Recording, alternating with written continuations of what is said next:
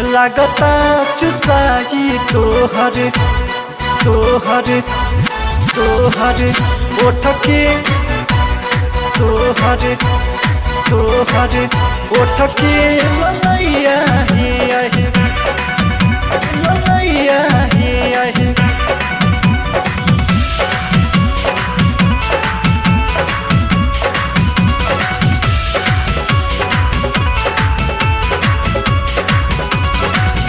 जन्मा रे हमरो तोहर 16 के उमरिया हे जन्मा रे हमरो तोहर 16 के उमरिया हे लगता चुसाई तोहर ओठ के ललैया हे लगता चुसाई तोहर ओठ के ललैया हे करता खेला है सन गोर को पतर को हे करता खेला है सन गोर को पतर को हे लगता चुसाई तोहर ओठ के ललैया हे लगता चुसाई तोहर ओठ के ललैया हे।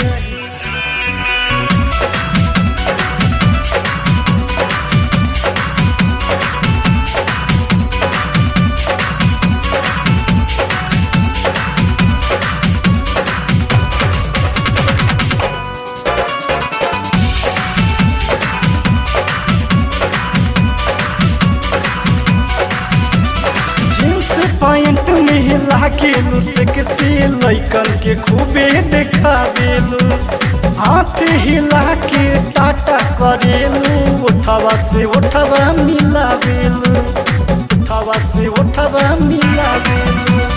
जींस पॉइंट में लागेलू सेक्सी लइकन के खूबे देखावेलू हाथ हिला के टाटा करेलू उठावा से उठावा मिलावेलू।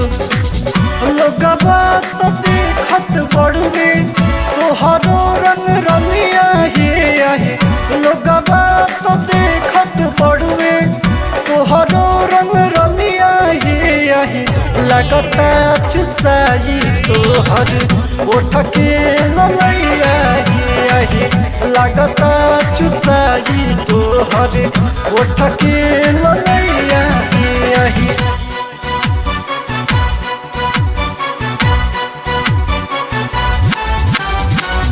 लगता चुसाई तोहर तोहर ओठ के ललैया हे ललैया हे।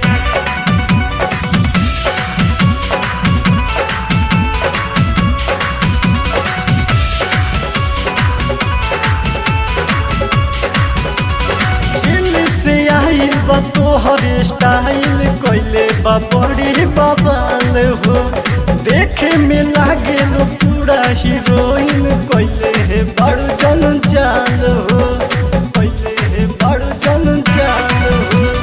दिल्ली से आइल तोहर स्टाइल कैले बा बड़ी बवाल हो देखे में लागेल पूरा हीरोइन कैले है बड़ जन चाल हो।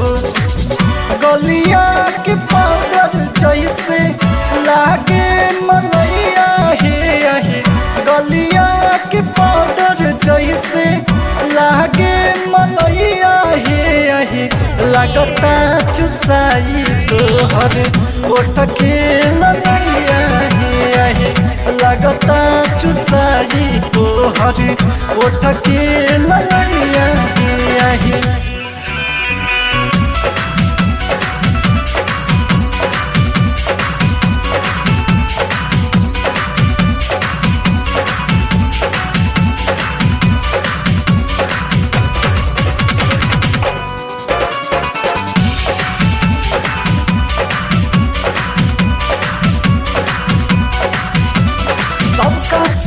मन प्रेम बलमुआ मांगल तोहरो बात हो संजीत विशाल से कर तू बतिया कट जाई सही रात हो कट जाई सही रात हो।